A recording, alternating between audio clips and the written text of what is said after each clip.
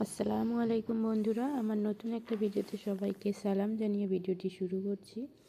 আজকের আয়োজনে থাকছে বাচ্চাদের জন্য চিড়ার পায়েস। খুব সহজভাবেই এই চিড়ার পায়েসটা করতে পারবেন। তার জন্য নিয়ে নিয়েছি এখানে প্রথমে 1 চামচ পরিমাণে ঘিটা হালকা গরম করে নিতে হবে। এরপরে দিয়ে দিব এখানে কুচি করে রাখা গাজর। এখানে আমি একদম মিহি কুচি করে কেটে রেখেছি। তোমরা চাইলে এখানে গ্রেটার দিয়ে গ্রেট করে গাজরটাকে দিতে পারো, কিন্তু আমি কুচি করে কেটে রেখেছি। এই ঘিয়ের সঙ্গে গাজরটাকে 1 থেকে 1.5 মিনিট ভেজে রাখবো। এরপরে দিয়ে দিব চিড়ে। এখানে আমি আগে থেকে ধুয়ে রেখেছি চিড়ে, আর চিড়েটাকে এখন আমি একটা স্টিমারে রেখেছি চিড়ের মধ্যে যে এক্সট্রা পানিগুলো আছে সেটা ছাড়িয়ে নেওয়ার জন্য।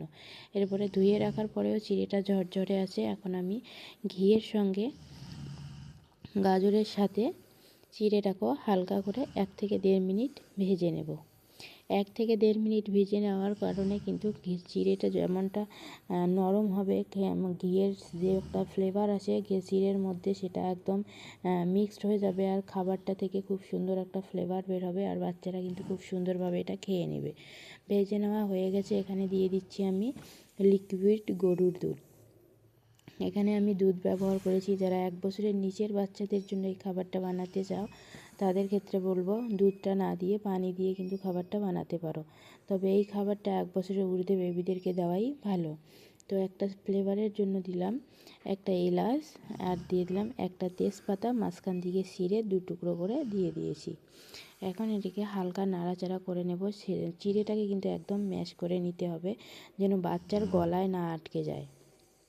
হালকা একটু মিষ্টির জন্য দিয়ে দিলাম তাল মিছরি। এখানে তোমরা তাল মিছরির পরিবর্তে কিন্তু আখের গুড় অথবা লাল চিনিটাও দিতে পারো। চিড়া কিন্তু সহজ পাত্র একটি খাবার, বাচ্চারা খুব সহজেই এই চিড়াকে হজম করতে পারে। এখন দিয়ে দিলাম 2টো খেজুর। খেজুর দুটোকে দিয়ে কিন্তু খেজুর দুটোকে ভালো করে ম্যাশ করে নেব চিড়ার সঙ্গে।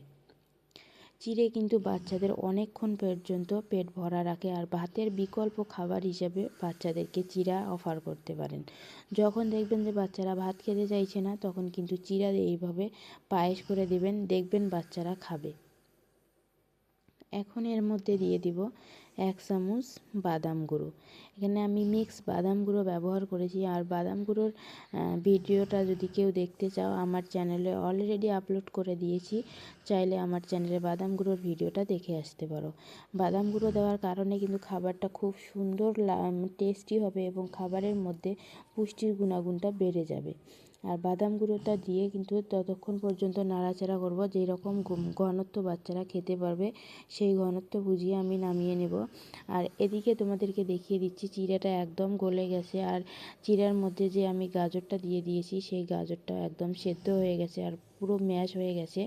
আমার তৈরি হয়ে গেল চিড়ার পায়েস। বাচ্চাদেরকে এরকমভাবে যদি চিড়ার পায়েস সকালের নাস্তা অথবা রাতের ডিনার হিসাবে সার্ভ করতে পারেন, আমি মনে করি যে বাচ্চারা খুব সুন্দরভাবে খাবে।